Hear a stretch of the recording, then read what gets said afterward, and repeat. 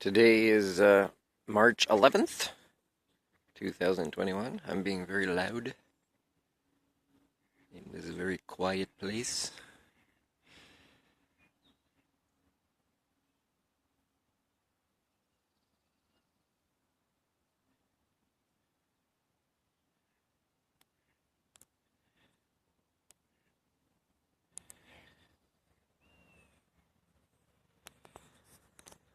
So this will be part of the Martin versus CISSSO.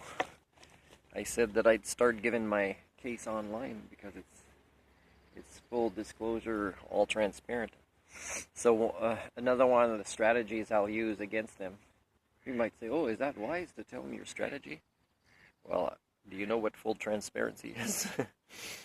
And so one of the ones I'll use is I went to the hospital in search of some medical assistance, renewing a medicine and wanting to get some blood tests because of my travels. And I was asked just a few questions, and I add my bag with me to show that I'm not making stuff up, with my computer and things like that has a lot of documents in it and videos and photos.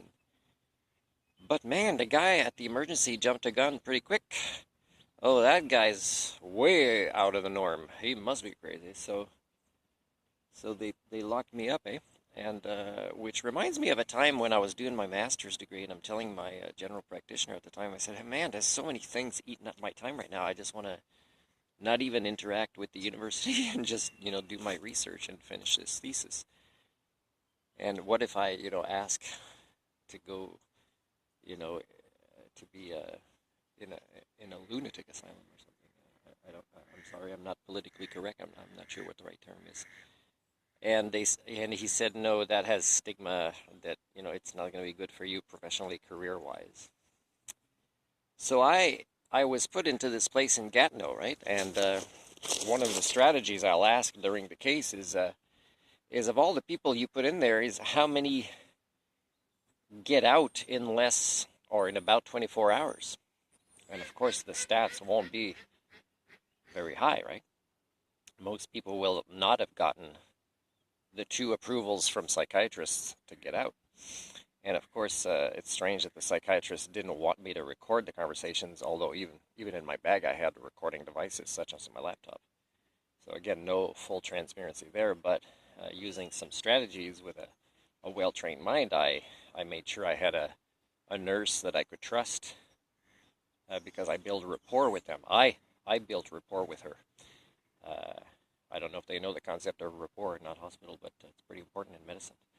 And so she was allowed by the psychiatrist, when she asked on my behalf, to be a witness. And of course, I know that helped a lot. And it intimidated the psychiatrist, who looked like an idiot. The second one, right? As much as the first one, except the first one, it was just no witnesses or recordings. So of course they let me out, but and they say, "Well, we still believe you should get treatment for what they consider is bipolar," is what they thought. And I said, I went through a lot of my own process, and nobody that I worked with before ever thought I was bipolar. And of course, they'll have to prove why they wanted to give me medicines and get that diagnosis. And they asked so few questions, and they were so generic, and they weren't even specific to a particular diagnosis. And you could tell from their response or the next question that they weren't even doing what is very easy to do if you get, a DSM-5 diagnostic tool, the smaller books from the library. Anybody else could do a better job than they did. So again, it's jumping to conclusions. It's not wanting to know any of my history from before that I had with me that I could talk about in length. But in length means, oh no, we prefer to say that you'll be under observations, although there'll be no notes about them proving they had me under observations. Anyway, so I got out in that short amount of time. So then they have to explain this, right? They have to, and of course they'll be making me look bad to defend themselves, right? In this court case. So in making me look bad, they're going to question my sanity and my mind's functioning in a way that I'm not worried. They should be worried. And so that means they will maybe almost hint that I should still be there. So then their incompetence is either that they let me go, but my case is their incompetence is that they put me in.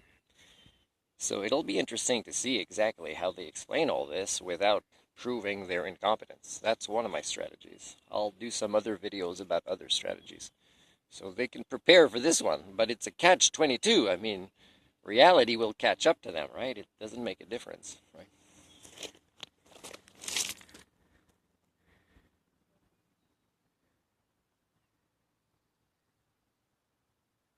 It's so quiet. This is medicine. When I was stuck in that hospital, I was put in a room with a guy that snores. He has a condition and makes him snore really bad. And I couldn't, like, not be in the room the whole night. Like, really long hours, I couldn't leave. And you can't, like, there's no, like, chairs I could read. They didn't give me access to my bag to work on my computer. So they were, doing a lot of things where they thought they were protecting themselves and others, or me from myself, but really what they were doing is making me, having to fight off what would make me more sick from their own policies and their own bad judgment and incompetencies. So if I would have been there 2-3 more nights with a crappy night's sleep, it would have been horrible, with their rules where I end up being the compassionate one who's helping the other people there that they're not having under observation properly, and they're not helping. They're just medicating and making sure that nobody goes crazy. But when there's such a lack of human interactions with people with mental illnesses that were acknowledged by them and that were not challenged, that were there for treatments, but they're not getting the treatments which are human interactions that involves care and concern for others, right? Instead of just be here, do this, take this medicine, and don't worry, in 16 years you'll be fine, except you won't. You will have been made worse through the system, right? It's not hard to help people sometimes if you just have people that care. And now it's a system that's created so much additional mental illness. It's almost trained into the psychiatrist to pass it on mimetically. And that of course it's going to keep having more people, whether there's pandemics or not, using these services, and less time will be devoted to each patient, who sometimes just needs somebody to listen to them with care and concern, and reflect their feelings back at them and understand their own human experience, witnessing their own lives, often that, and say what are normal or abnormal reactions to things. For example, if a psychiatrist says, well, you think everybody's against you. Well, for example, I have proof that I won this case against my landlord, which is the first psychiatrist when I got to BC, but the psychologist I was seeing say, yeah, let him diagnose you with something, and then you'll get the support you need as a new person here in this community who hasn't found a job yet. So I didn't know that this stigma lasted so long in Canada. It's really bad. No matter, I mean, I could get a degree in psychiatry, although I wouldn't, because I'd have to become dumb to get it, and I'd have to pretend I agree with things I disagree with how they evaluate what is normal or abnormal behaviors based on situations such as, for example, if the judge hears my entire story, and I explain to the judge, well, Judge, I think you've heard enough of my story to know that I've made more progress compared to the norm when it comes to human thinking tools and personal development and growth as an individual. Would you agree? Yeah. So if I tell the judge, well, is it okay for me to tell people that I'm disappointed in them if they're older than me or they're in positions of authority like you, Judge? That you should be at a higher level of personal development at this point, and I'd like to help you for free? Is it okay to say this? And then he'll say, well, I don't recommend it. And if this judge, let's say during the case, is a judge that I know would agree if I define that we're in an Anthropocene, right? The Anthropocene, where we're at a mass extinction stage, if I'm pronouncing the words properly, and it's man-made. It's man-made, and it's not because somebody did something somewhere. It's because as a majority, we're all sick up here, right? Which is what my theory specializes in, right? The mental illnesses that affect majorities, human domestication syndromes, incongruences have reached majorities, cognitive dissonance have reached majorities. This is the kind of stuff I can explain, and I should already, if this was a functioning system in Canada, be doing workshops all across Canada with the specialists to talk about this, because that's kind of how many mental illnesses start. Of course, if you put cannabis in a culture and things like that, because you feel bad about things and you want less death, or you want to push the death until you're retired because they'll keep coming with, with cannabis in your cultures, then it's pretty crazy. So I explained to the judge, hey, isn't it normal for me to, if you believe we're in this stage of history, mass extinction, the Anthropocene, which, do you define the word emergency the same way I do?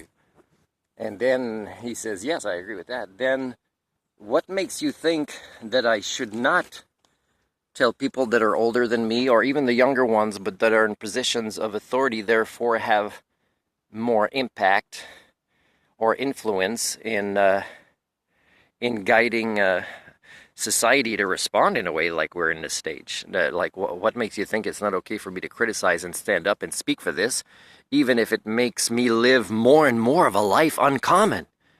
Meaning that people will think I'm weirder and weirder as I refuse more and more, as they are getting more infected with these majority illnesses, and I appear to have all the different ones in the DSM-5. I mean, I think I'm missing just a couple that I haven't been diagnosed with yet. The people primates, eh? The Homo communia. This is the stage of history I live in with them. The silly, silly Homo communia. But at least I'm getting some ecocentric medicine today.